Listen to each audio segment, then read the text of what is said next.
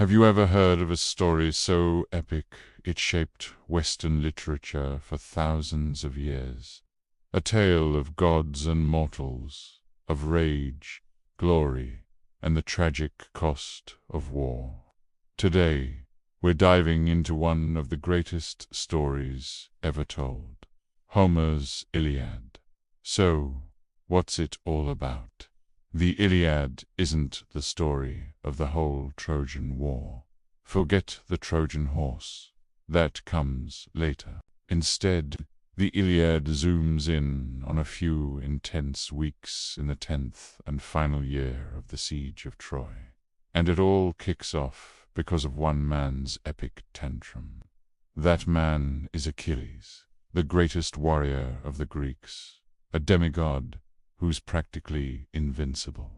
The story begins when the Greek commander, Agamemnon, insults Achilles by taking away a woman he captured. Bryce, now this isn't a love story.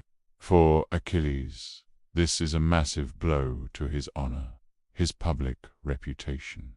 He's furious. He feels completely disrespected. So, what does he do? He quits. He withdraws from the battle, taking his elite soldiers, the Myrmidons, with him. He even asks his mother, the sea goddess Thetis, to get Zeus, the king of the gods, to make the Greeks start losing, just to show Agamemnon how much they need him. And boy, does it work. Without Achilles on the battlefield, the tide turns dramatically. The Trojans, led by their own champion, the noble and courageous Hector, start pushing the Greeks back to their ships. We get these incredible, visceral battle scenes. Homer doesn't shy away from the brutality of war. Spears crunch through bronze helmets, men fall, and the plains of Troy run red. We meet heroes like the giant Ajax, the wise Odysseus, and the old King Priam of Troy, who watches the carnage from his city walls. The gods are right there in the thick of it, too. They're not just distant observers. They're active players, taking sides, deflecting spears, and whispering advice into the ears of their favorite mortals. Hera and Athena are firmly on Team Greece, while Apollo and Aphrodite back the Trojans. Their squabbles and interventions make the human drama even more chaotic and unpredictable. But as the Greeks get desperate, they send an embassy to Achilles, offering him mountains of treasure and the return of Briseis, if he'll just come back and fight. But Achilles' rage has hardened into something deeper. He delivers this powerful, soul-searching speech, questioning the entire heroic code. What's the point of glory and honor if you end up dead? He rejects the offer, sealing the fate of many of his comrades. This is where the story takes its most tragic turn. Achilles' closest friend, his companion Patroclus, can't stand to watch the Greeks get slaughtered. He begs Achilles to let him wear his armor and lead the Myrmidons into battle, just to scare the Trojans. Achilles reluctantly agrees, but warns him not to push his luck and attack the city walls. Patroclus, caught up in the heat of battle, forgets the warning. He fights like a legend, but he goes too far and is ultimately killed by Hector.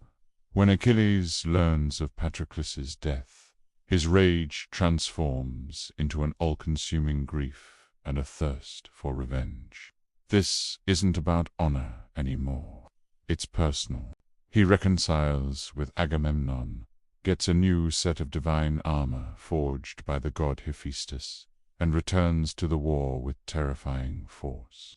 He becomes an unstoppable force of nature, a whirlwind of death. The climax of the Iliad is the final, fateful duel between Achilles and Hector. It's a clash of titans. Hector, knowing he's doomed, still chooses to stand and fight for his city. Achilles, driven by vengeance, is merciless. He kills Hector and, in a shocking act of desecration, ties his body to his chariot and drags it around the walls of Troy for days. But the story doesn't end there. In one of the most moving scenes in all of literature, King Priam, Hector's elderly father, risks everything by sneaking into the Greek camp at night. He goes to Achilles' tent, kneels, and kisses the hands of the man who killed his son, begging for the body back. Seeing the old king's grief, Achilles finally finds a sliver of empathy. He sees his own father in Priam, and his own grief mirrored in the king's eyes. His rage finally breaks. They weep together for their losses. Achilles returns Hector's body, and the epic ends not with a final battle, but with the funeral of Hector, a moment of shared humanity in the midst of a brutal war. The Iliad is more than just a war story. It's a profound exploration of rage, grief, honor, and what it means to be human in a world often governed by forces beyond our control. It shows us that even in the darkest of times, compassion and empathy can be found. It's a story that has resonated for nearly 3,000 years, and it's one that everyone should experience. Thanks so much for watching. If you enjoyed this deep dive into classic literature, don't forget to like, subscribe, and hit that bell icon for more stories from history and myth. See you next time.